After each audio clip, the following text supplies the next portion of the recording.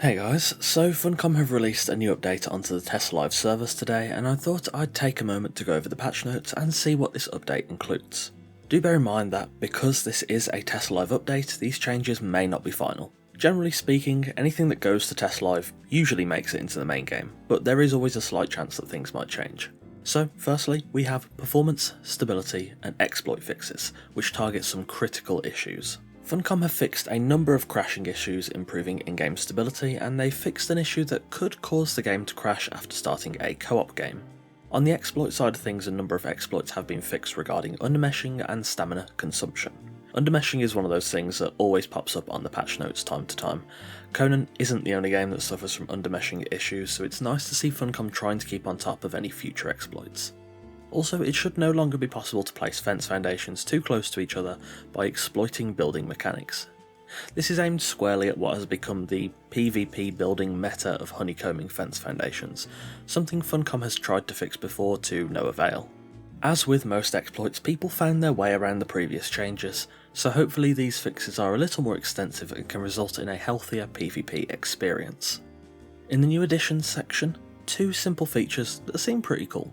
Firstly, all servers have a new queuing system, and server owners have a new setting to control this feature, being able to either enable or disable server queuing, and also to add a grace period to disconnections where I assume people would be able to rejoin without having to enter the queue, which is set to 180 seconds by default.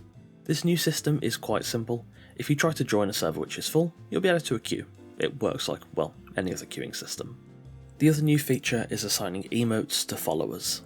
Humanoid NPCs can now play any of the player-learned emotes, and across the exiled lands in the Isle of Siptar you'll be able to find new interactable items to unlock new emotes for your followers. I personally don't see myself using this feature that much, as PC players already have modded options for NPCs to play emotes, but I can see this being a great addition to console roleplay servers who can't rely on mod support that PC has. This update also includes some building and placeable fixes for the Numidian set, a slight height adjustment for campfires and tanneries to make them sit flush with the ground, and some fixes to the stage floor pieces. There's also some combat fixes regarding attacks from a mounted rhino, and an issue I've experienced once or twice where thralls can't attack or be attacked. There's quite a few AI and thrall fixes, ones that are honestly quite nice to see. Mammoths now rotate in a less janky way, meaning no more weird pivot rotations. Funny as they were, they should work a bit more sensibly now. Shag-Eye horror pets now have a projectile for their ranged attack, rhinos sadly no longer moonwalk out of combat, NPCs should no longer move when attacking, undead archers and undead hyenas will no longer fight each other, Kraxus' spawn rates have been fixed, and there are also some additional fixes to thrall and NPC behaviour, meaning they'll no longer spawn weird bag items, fall through Numidian hatches, they'll return to their guard location if they get knocked down, and thralls will be able to fight giant enemies properly. There are also some additional fixes to the Purge to stop it spawning inside treehouse bases. Gold nodes now require a minimum of 2 chops, and also replacing a building piece will now give you back the piece you're replacing if it's full health, or equivalent dismantle materials if it's damaged. Bows now have swapped input on controller. This is important for any of you console archers, and you can now aim with the left trigger and shoot with the right, although if you're more comfortable with the previous system you can toggle this back.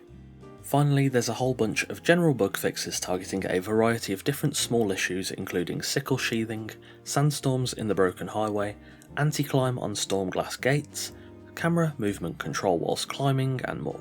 There's also fixes to terrain and environment, animations and cinematics, and of course the UI and text team have been hard at work fixing some things. Interestingly, the animation section includes a work in progress change where NPCs will now play certain threaten emotes when engaging or when they're about to engage a target, making it clear when you're about to come under attack. So that about covers everything for this update. As usual, the patch notes will be down in the description and the pinned comment. This patch is fairly lightweight on any new features, which, to be fair, is what Funcom told us to expect in the run-up to Update 3.0, but it's nice to see these changes and fixes aiming to make the game healthier.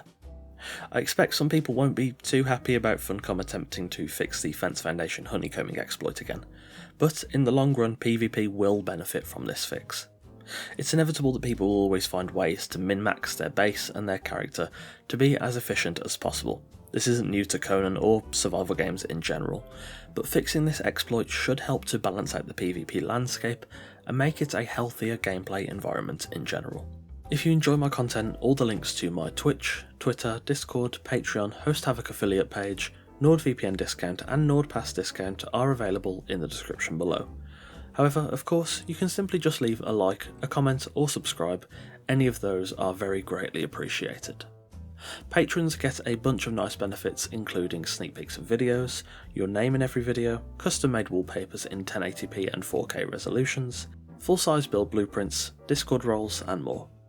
On that note, a massive thanks to our patrons Sadialot, Randar, Connor, Ivy, Torn, Coffeeman04 and Eagle Rose. As always, thanks for watching, take care, and I'll see you soon.